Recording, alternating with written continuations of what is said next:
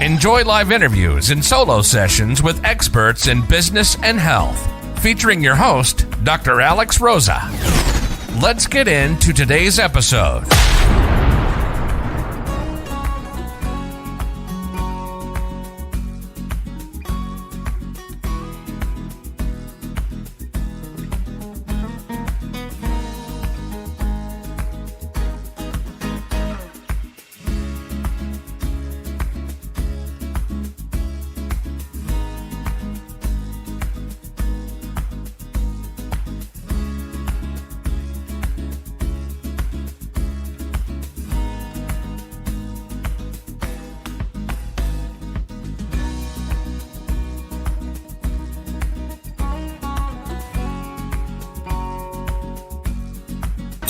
Welcome to In Your Business with Dr. Alex, where we get all up in your business and your health. Enjoy live interviews and solo sessions with experts in business and health, featuring your host, Dr. Alex Rosa.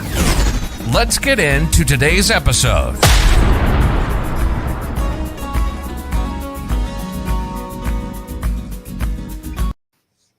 Hey, welcome to today's episode of In Your Business with Dr. Alex. We're going to be talking about insulin resistance, specifically in women over 40. So if you're a woman over 40 and you are proactive about your health and you prioritize your health and you take charge of your health, then this episode is for you, because insulin resistance, insulin is something that you should be very knowledgeable about in regards to your health and your body, when it comes to your weight, when it comes to your longevity.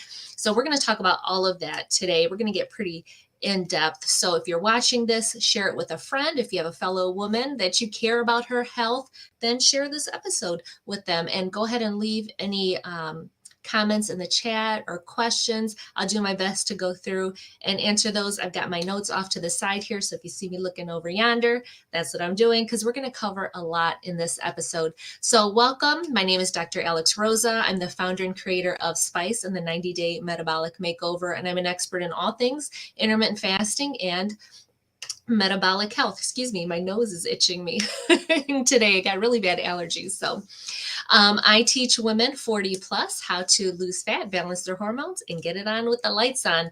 And so women's health, insulin resistance, especially as we get older, and I'm 41 and we're getting over our 40s here, our bodies are starting to change. And insulin resistance is something that so many people deal with. And I actually made a post about this the other day, where actually like 1 in 3 people are insulin resistant. They're pre-diabetic and don't even know it. You don't even have a clue.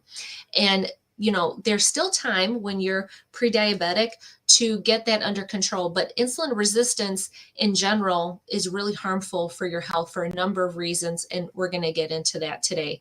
So I'm going to talk about insulin just to start with, just give you a basic intro to insulin. So insulin is a hormone that your body releases, and it helps to kind of unlock your cells, and it helps your cells use glucose, use sugar for them. And it's produced by your pancreas. So insulin in itself is not really a problem. And I think this is a big myth out there, and something to kind of think about in a different way. If you're familiar with insulin and insulin resistance, is insulin by itself is not a bad thing. Like, we need insulin to live. We need insulin.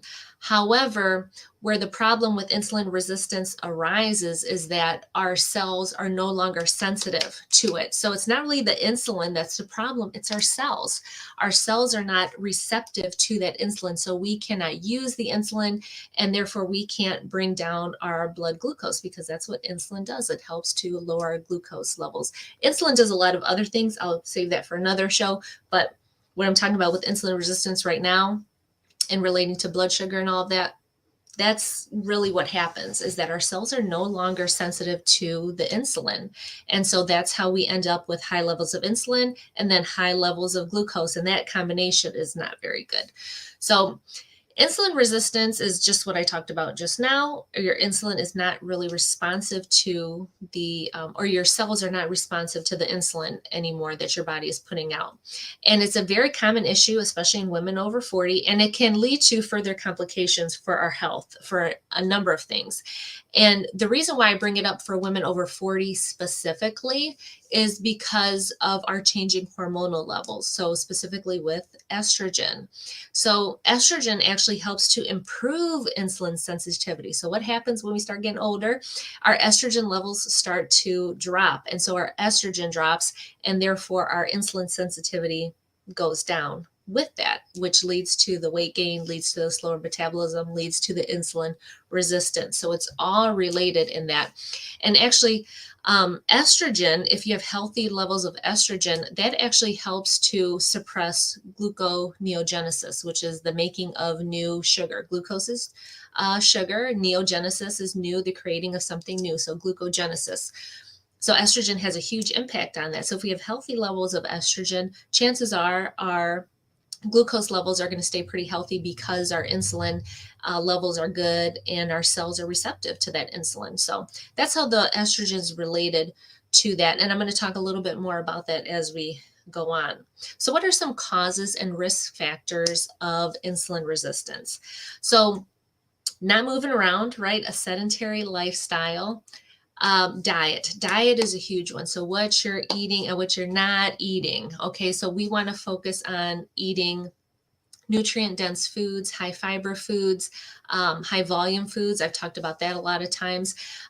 But if you're eating a lot of just regular sugar, processed food, carbohydrates, those are actually going to really contribute to insulin resistance for you, because it's all diet related. Being overweight contributes greatly. And then also going back to these hormonal changes that we deal with as we get over 40, and genetic predisposition, so epigenetics. I always have said this, genes load the gun, but your lifestyle pulls the trigger. So yes, everybody in your family, everybody in your mama might have type 2 diabetes already, or be pre-diabetic, overweight, a bunch of other things, high blood pressure, a lot of other things, but that doesn't mean that that's going to happen to you. Okay. We are very able to defy the odds and break the cycle around that. I'm an example of that myself. So you have the ability to do that. You might be predisposed to that, right? Genetic predisposition, but that doesn't mean that you're going to get that. You can very much have an influence on how you develop these different diseases as you age, as we get older. It don't have to be your destiny, honey, to be like that. We can do so much to change that. And that's why I'm teaching about that today. You can manage this insulin resistance. You can reverse this insulin resistance. So you don't have to become type 2 diabetic to develop diabetes, to have more and more weight gain as we age. You just don't have to accept it, right? Because that's kind of what happens, especially for women over 40. And this kind of goes into my next topic of the impact that insulin resistance has on women over 40, and why it's very relevant, because of our hormonal changes and because of the estrogen and the decreasing estrogen levels, and how that decreases our insulin sensitivity. And, weight gain just kind of happens, right, as we get older. And if you're sedentary, that can, add to that as well. But that doesn't mean that you're just going to get fat. Like, you're just not going to get big just because you're getting older, right? And I think a lot of people just accept that. But if you are somebody who's proactive about their health and very into their health and getting better and wanting to learn more about their health, then you definitely can do something about that. And that's why I'm teaching about this today. So, weight gain is common as we get older, but it doesn't have to be the norm. It doesn't have to be the standard. And I think it's so scary. It's so fucking scary what we have become accustomed to, what we consider normal, because what we consider normal is very abnormal. Very abnormal. The type 2 diabetes, the insulin resistance, the high blood pressure, the obesity, the chronic aches and pains and inflammation. That shit's not normal, but we consider it a normal part of aging. No, it's not. It's very possible to age gracefully, to get older, but still be very active and mobile and live a really great, amazing life, even though you're getting older. So don't get into that mindset. So one other thing is that high insulin levels can actually trigger your body to make more testosterone as you get older. And this is how this is related, because again, remember I said that insulin in itself is not bad, but what happens, how we get those high levels of insulin in our blood, is because our cells are not receptive to them. Again, insulin resistance. So if we're having these high levels of insulin because of our cells not being receptive to them, then we're triggering our body to make more testosterone. And testosterone, high levels of testosterone in women lead to facial hair, lead to acne, a lot of symptoms related to like PCOS. And that's why I always tell women, like, if you start noticing these little hairs start popping up and all of these things, they're hormonal related. Most likely testosterone and estrogen levels are in an imbalance, and you're dealing with these kinds of symptoms that you might be dealing with. And that's because of these high levels of insulin.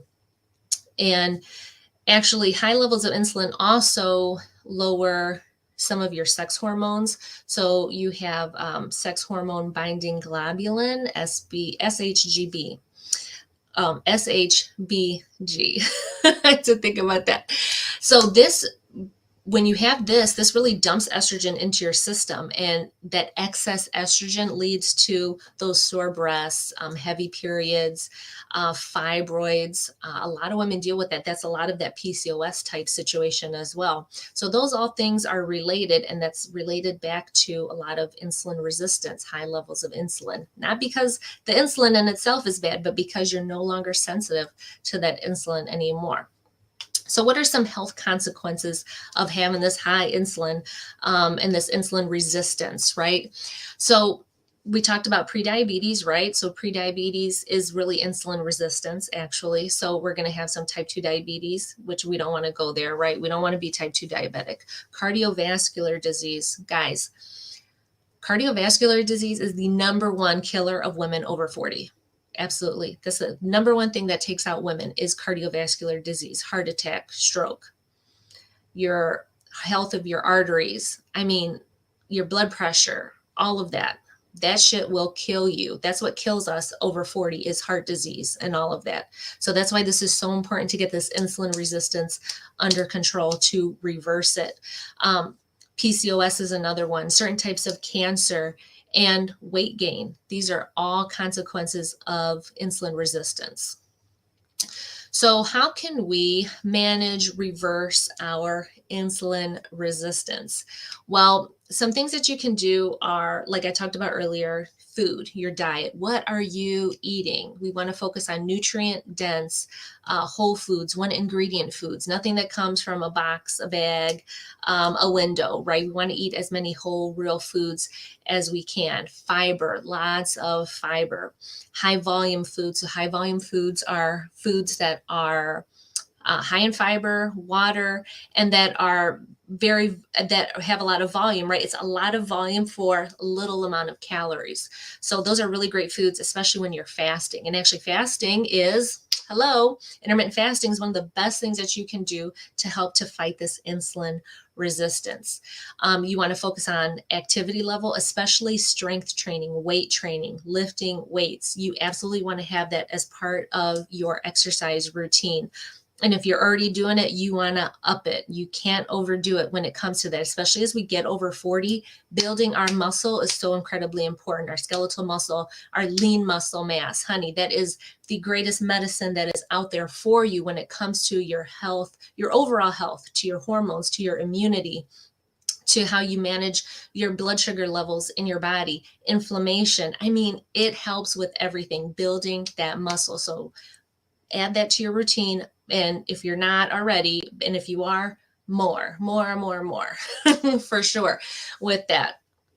We want to look at stress levels. So you want to look at your lifestyle. And we're going to talk more about lifestyle in the next part here, but you want to look at your stress levels in your life. And you know, I've talked about cortisol before, and cortisol in itself is not bad. Cortisol keeps your ass alive. It keeps you alive. We need levels of cortisol. However, when you have chronically high levels of cortisol, that's where it becomes a problem. That's where it's creating that chronic inflammation, doing a lot of damage. That's where we want to get rid of that.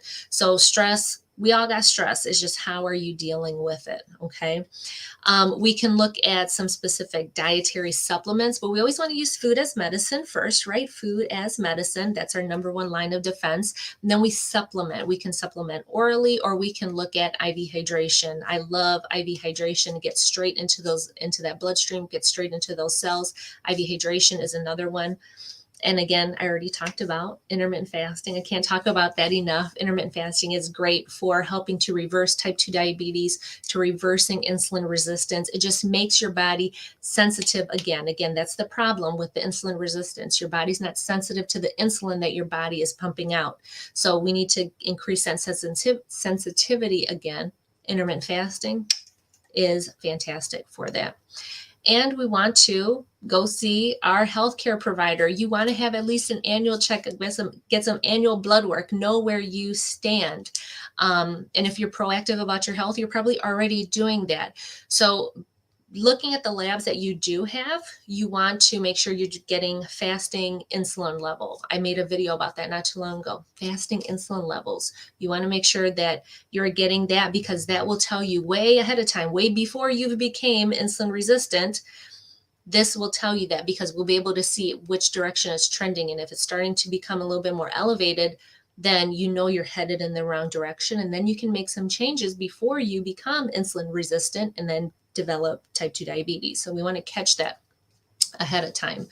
And just looking at, I always run micronutrient testing with what I do with my patients. That's another thing that you can specifically ask for. Most traditional doctors, traditional healthcare is not going to do some micronutrient testing on you. However, the information that you can gain from micronutrient testing is so very valuable, because that can really help to guide your supplementation that you're doing and really up level your game when it comes to that, to really optimize your health and fill in those gaps. So I love doing micronutrient testing, doing some food allergy intolerance testing. Those are always important as well, because sometimes we might be allergic or sensitive to things that we don't realize. We kind of just accept, again, going back to the normal and abnormal. Sometimes we just accept feeling a certain type of way, even though it's uncomfortable, we just become accustomed to it. And even though that's our body talking to us, always listening to your body is so important. So your body's talking to you, but you're not listening, and it's telling you that something is just not agreeing with you. And many times we can be sensitive or intolerant to something that we're eating, and that's in turn is causing a lot of inflammation. That's how your body's talking to you. So your body's becoming inflamed, and that over time, over years and years, that's what can lead to a lot of problems for you in the health department. So really looking at some micronutrient testing, some sensitivity testing, introducing that IV hydration therapy to fill in those gaps. That's how you elevate, honey. That is how you elevate. And then looking at lifestyle. So yeah, I gave you all this great information about your insulin and insulin sensitivity and resistance and what you should eat and how you should work out and all that good stuff. But you got to make it part of your lifestyle. You got to make it a part of your day-to-day of how you live your life. If you want to have that long, healthy, active, sexy, fun life that you want to go out there and make an impact and influence and do all those things, well, you got to stick around. So we got to make sure that we're doing this and making it a lifestyle, something that you do automatically without thinking. It becomes part of who you are. And maybe you're already kind of doing some of these things, but it's the consistency. Are we doing it on a consistent basis? Are we continuing to be that person all the time? Are we jumping in and out? Are we into it for a while and then we kind of get out of it? We into it, we kind of get out of it.